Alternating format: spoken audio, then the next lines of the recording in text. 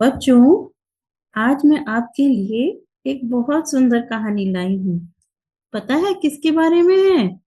नहीं। एक हाथी के बारे में, जो कि केरल के एक गांव में रहता था। केरल जानते हैं आप? केरला। हाँ, केरला। वो दक्षिणी भारत का एक राज्य है। वहां पर खूब केले के पेड़, नारियल के पेड़, जंगल और प्यारे प्यारे हाथी रहते हैं। मेरे को पता है। आपको पता है? हम्म। तो आओ सुने कहानी महागिरी की, जिसको लिखा है हेमलता जी ने और चित्रकार किया था पुलक बिस्वास जी ने। महागिरी एक बहुत बड़ा हाथी था। वह इतना बड़ा था कि बच्चों को उसके पास जाते भी डर लगता था। महागिरी का मालिक एक सौदागर था। सौदागर महागिरी को बाहर काम पर भेजकर उससे खूब धन कमाता था। महागिरी को अक्सर जंगल में भेजा जाता। वहां वह एक स्थान से दूसरे स्थान तक भारी भारी लट्ठे ढोता। कभी वह शादी ब्याह में भी भेजा जाता। बारात में वह दूल्हे की सवारी के काम आता और उसे दुल्हन के घर ले जाता। जब कभी मंदिर में कोई बड़ा उत्सव होता तो महागिरी को भेजा जाता। उत्सव के जुलूस में वह सबसे आगे चलता। देखो, एक हाथी के बच्चे पे एक नन्हा बालक बैठा है। कितना प्यारा लग रहा है। हाँ। एक बार गांव वाले मंदिर में कोई उत्सव कराना चाहते थे। उत्सव शुरू करने के पहले झंडा फहराना जरूरी था। मंदिर में झंडा तो था, लेकिन उसको फहराने के लिए बांस नहीं था। बांस यानी एक डंडा जो झंडा फहराने के काम आता है। गांव के लोग पास के जंगल में गए। वहां उन्होंने एक बड़ा साल का पेड़ काट गिराया। उन्होंने पेड़ के तने से एक सुंदर खंबा बनाया। खंबा बहुत लंबा और भारी था। गांव वाले उसको उठा नहीं सकते थे, सो उसको उठाकर मंदिर तक ले जाने के लिए महागिरी को बुलाया गया। महावत ने महागिरी को खंबा गाड़ने की आज्ञा दी, पर वह अपनी जगह से नहीं हिला। महावत ने बार बार कहा, लेकिन महागिरी टस से मस न हुआ। महावत ने एक मोटे डंडे से महागिरी को पीटना शुरू किया।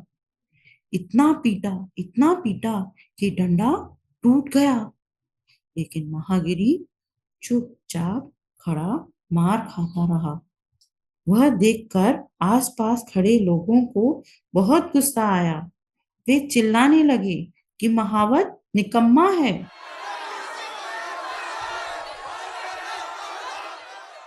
निकम्मा यानी उसको काम नहीं आता है अपना।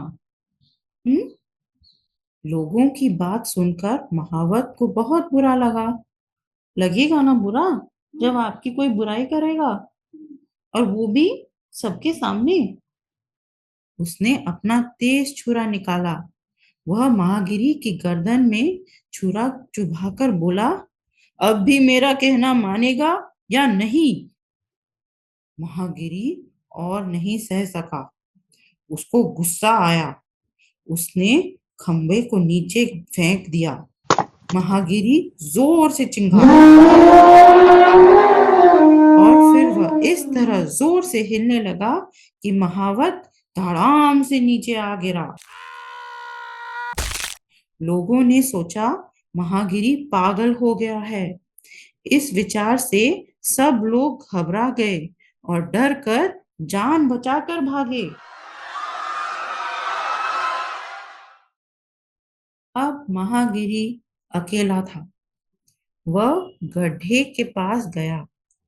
अगले पैरों को मोड़कर वह नीचे झुका और उसने अपनी लंबी सूंड गड्ढे में डाल दी। गड्ढे में क्यों डाली उसने अपनी सूंड? उसने गड्ढे से कोई चीज निकाली और उसे धीरे से धरती पर रख दिया। क्या था वह? वह थी एक नन्ही सी बिल्ली। बेचारी उस गड्ढे में दुबकी हुई बैठी थी। लोग दूर खड़े महागिरी को देख रहे थे। वे अब खुश खुश दौड़े आए। उन्होंने आकर महागिरी को घेर लिया। अब वे जान गए थे कि महागिरी महावत का कहना क्यों नहीं मान रहा था। वह बड़ा हाथी उस नन्ही बिल्ली को चोट नहीं पहुंचाना चाहता था, है ना? हम्म, पता है, हाथी बहुत ही समझदार जानवर होते हैं।